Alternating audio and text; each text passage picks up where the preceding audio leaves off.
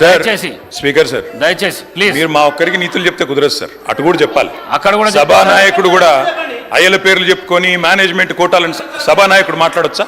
ఇది సంస్కారమా? ప్లీజ్. మరి నేను ఒక సభ్యుడిని, నా హక్కులు కూడా మీరే కదా కాపాడాలా? వారు మాట్లాడినప్పుడు తప్పకుండా సమాధానం చెప్పాలా? అధ్యక్ష, నేను ఒకటే చెప్తా ఉన్నాను. అధ్యక్ష తమరిని కోరేది, ఈరోజు మేము స్పష్టంగా చెప్తున్నాం, గవర్నమెంట్ ఏదైతే చర్చ ప్రారంభించిందో ఆ చర్చను మేము స్వాగతిస్తున్నాము, 100% సమర్థిస్తున్నామనే మాట నేను చెప్తా ఉన్నా. అయితే ఒకటేమంటే భవిష్యత్తులోనైనా శ్రీధర్ బాబు గారు, ఈరోజు మీరు బిజినెస్లో రెజల్యూషన్ అని ఇచ్చారు, భవిష్యత్తులో పెట్టండి. సబ్జెక్ట్ మీద చర్చ ఉంటే ఆ చర్చకు స్టేట్మెంట్ ఇవ్వండి, so that members can come prepared. ఇక అది వదిలేస్తే, ఆ మీమాంస వదిలేస్తే, అధ్యక్ష ఇప్పుడే నేను చెప్పాను అధ్యక్ష, మేము సీరియస్ విషయం కాబట్టి రెజల్యూషన్ సరిగ్గా పెట్టమని చెప్తున్నాను వెంకరెడ్డి గారు. అధ్యక్ష, ఈ రకంగా మంత్రులు డిస్టర్బ్ చేయడం మాటికి పద్ధతి కాదు. సీనియర్ మెంబర్లు ఇదేం పద్ధతి అధ్యక్ష? స్వాగతిస్తున్నామని చెప్తే మళ్ళీ ఈ రకంగా ఇబ్బంది పెట్టడం ఏంది?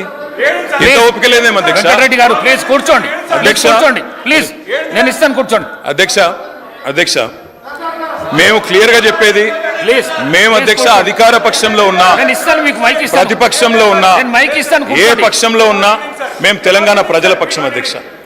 మేము ఈరోజు ఈ కాంగ్రెస్ పార్టీ ప్రవేశపెట్టిన, కాంగ్రెస్ ప్రభుత్వం ప్రవేశపెట్టిన ఈ చర్చను ఎందుకు సమర్థిస్తున్నాము, ఎందుకు స్వాగతిస్తున్నామంటే, తప్పకుండా రాష్ట్ర విశాల ప్రయోజనాల దృష్ట్యా, రాజకీయ ప్రయోజనాల కంటే కూడా రాష్ట్ర ప్రయోజనాలు ముఖ్యం కాబట్టి, తప్పకుండా రాష్ట్రంలోని ప్రజలకు న్యాయం జరగాలి కాబట్టి, నిన్న కేంద్ర బడ్జెట్లో అన్యాయం జరిగింది కాబట్టి తప్పకుండా ప్రభుత్వం ఈరోజు ఏదైతే చర్చను పెట్టిందో దాన్ని మేము సంపూర్ణంగా స్వాగతిస్తున్నామన్న మాట మళ్ళొకసారి చెప్తా ఉన్నా అధ్యక్ష. ఇప్పటిదాకా శ్రీధర్ బాబు గారు మాట్లాడిన మాట, అక్కడ మేము 10 సంవత్సరాల నుండి మేము చెప్పింది అదే అధ్యక్ష, కొత్తదేమీ లేదు.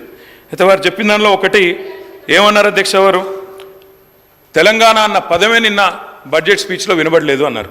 వాస్తవం, మీరు చెప్పేది కరెక్ట్ శ్రీధర్ బాబు గారు. ఎందుకు వినబడలేదు అధ్యక్ష? ఆనాడు ఉమ్మడి ఆంధ్రప్రదేశ్లో ఇదే శాసనసభలో తెలంగాణ అన్న పదం నిషేధించారు. ఈరోజు అధ్యక్ష పార్లమెంట్లో తెలంగాణ అన్న పదం లేదు అంటే దానికి కారణం ఒకటే అధ్యక్ష, అక్కడ బీఆర్ఎస్ లేకపోవడమే కారణం తప్ప ఇంకోటి కానే కాదు. గులాబీ జెండా ఎగిరినాకనే తెలంగాణ ఇక్కడ మెయిన్ స్టే అయింది, అక్కడ కూడా ఉండేది అధ్యక్ష, ఈరోజు అక్కడ లేదు అధ్యక్ష. కేంద్ర బడ్జెట్ చూసినాక ఇలా తెలంగాణ ప్రజలు ఏమనుకుంటున్నారంటే అధ్యక్ష, చాలా స్పష్టంగా లెక్కలు తప్పినాయి అధ్యక్ష. వివేక్ లెక్కలు తప్పినాయి అధ్యక్ష. 8+8 మామూలు గణితం అయితే 16 అధ్యక్ష, కానీ ఇవాళ 8+8 గుండు సున్నా అని తెలంగాణ ప్రజలు అనుకునే పరిస్థితి వచ్చింది అధ్యక్ష. ఇది వాస్తవం అధ్యక్ష. ఎందుకంటే తెలంగాణ గడ్డ మీద పుట్టిన ప్రతి బిడ్డకు కలిగిన భావన నిన్న కేంద్ర ప్రభుత్వ బడ్జెట్ చూసినాక ఈ 10 సంవత్సరాలు ఏదైతే అన్యాయం జరిగిందో అదే అన్యాయం కొనసాగింపుగా ముందుకు పోతా ఉంది అధ్యక్ష. కాకపోతే హాస్యాస్పదం ఏమంటే, మమ్మల్ని ఒక మాట అన్నారు అధ్యక్ష. ఏమన్నారు ముఖ్యమంత్రి గారు? ఏమన్నారు అధ్యక్ష? కేసీఆర్ గారు అనవసరంగా పంచాయతీ పెట్టుకున్నారు, ముఖ్యమంత్రిగా కేంద్ర ప్రభుత్వంతో పంచాయతీ పెట్టి కెలికి పంచాయతీలు పెట్టుకొని అనవసర బేసిజానికి వేయండి కాబట్టే 10 ఏళ్లలో ఏం కాలేదు, నేను అందుకే సఖ్యతతో ఉంటా అన్నారు. ఏమన్నారు అధ్యక్ష వారు? ఇక్కడ హైదరాబాద్లో ఒక మీటింగ్లో మోడీ గారు వస్తే ఏమని చెప్పినారు? మాది కేంద్ర ప్రభుత్వంతో ఇప్పటి నుంచి బంధాలు, అనుబంధాలు, సత్సంబంధాలు ఉంటాయి.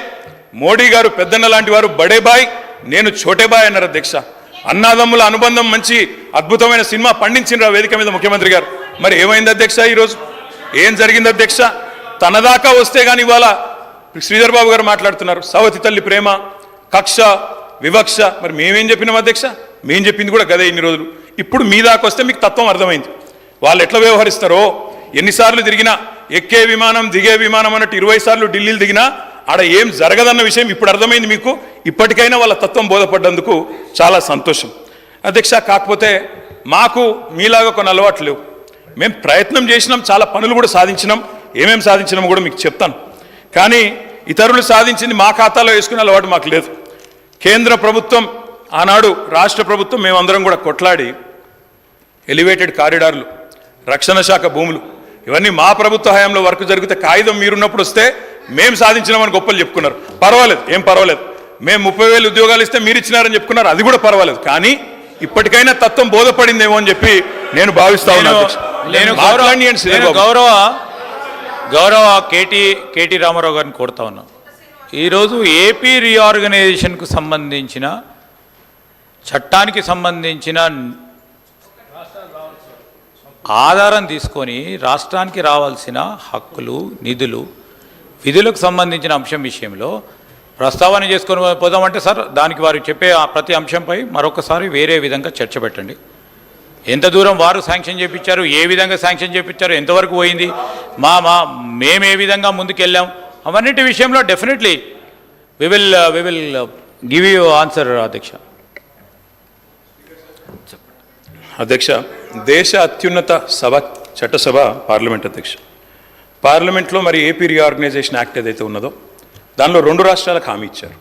అందులో 2014లో పాస్ అయినప్పుడు ఇటు ఆంధ్రాకి ఇటు తెలంగాణకి ఇద్దరికి కూడా హామీలు ఇచ్చినారు. ఇప్పుడు వారు చెప్పినట్టు 35 పైచీలకు హామీలు ఇచ్చారు.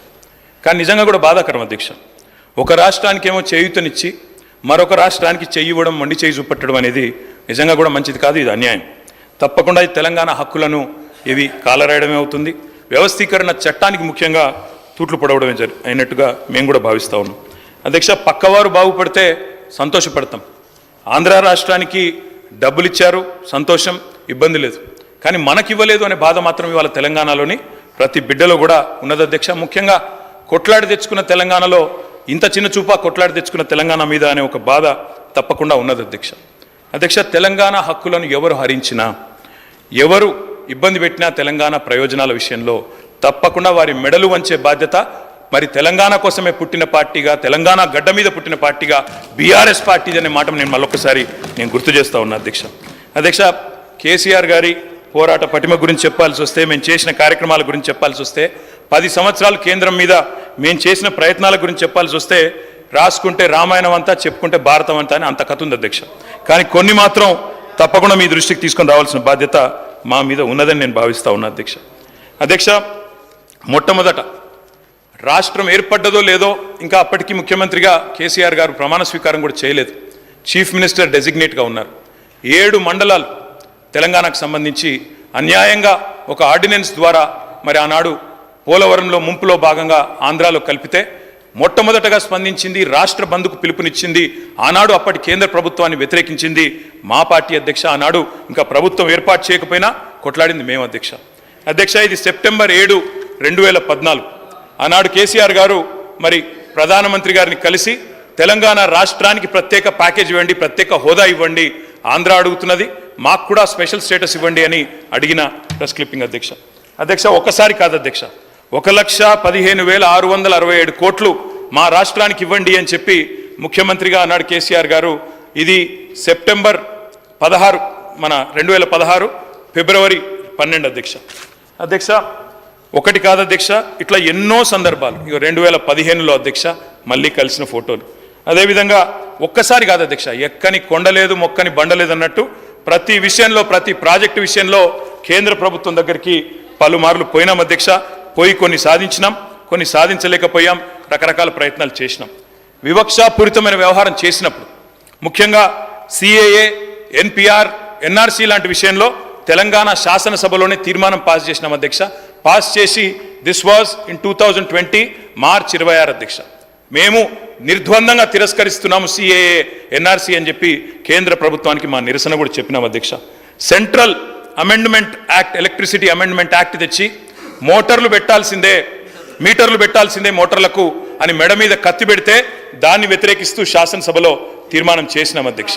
అధ్యక్ష, ఇది ఒకటే కాదు అధ్యక్ష, కాజీపేటలో కోచ్ ఫ్యాక్టరీ ఇవ్వలేందుకు మేము మా పార్టీ 2021 మార్చి నాడు చేసిన నిరసన. ఇవన్నీ ఏపీ రీఆర్గనైజేషన్ యాక్ట్ ప్రామిసెస్ అధ్యక్ష. 1 minute డిప్యూటీ సీఎం గారు. సార్ ఇన్నిసార్లు డిస్టర్బ్